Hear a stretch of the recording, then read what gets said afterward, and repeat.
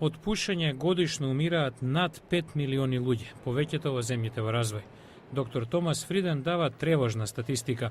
Помалку од 10% од земјите вложуваат доволно напори за превенција.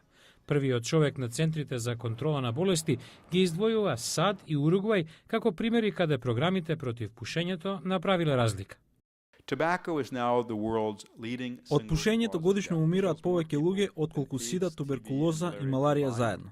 Но пушењето е само една од главните причини. Доктор Фриден наведува дека смртноста во сообраќајни несреќи добива размер на епидемија. Преку 1 милион лица годишно гинат на овој начин. Фриден повикува на итна акција. Воспротивно, ова ќе стане петата по бројност причина за смртност во светот. Респираторните инфекции, како туберкулозата, и натаму се глобален здравствен проблем. 1 милиарда луѓе немаат чиста вода за пиење, а 2,5 милиарди соодветни санитарни услови. Само подобрениот пристап до овие неопходности ќе спречи милиони смртни случаи, како меѓу децата кои умираат од диареја и колера, вели Фриден.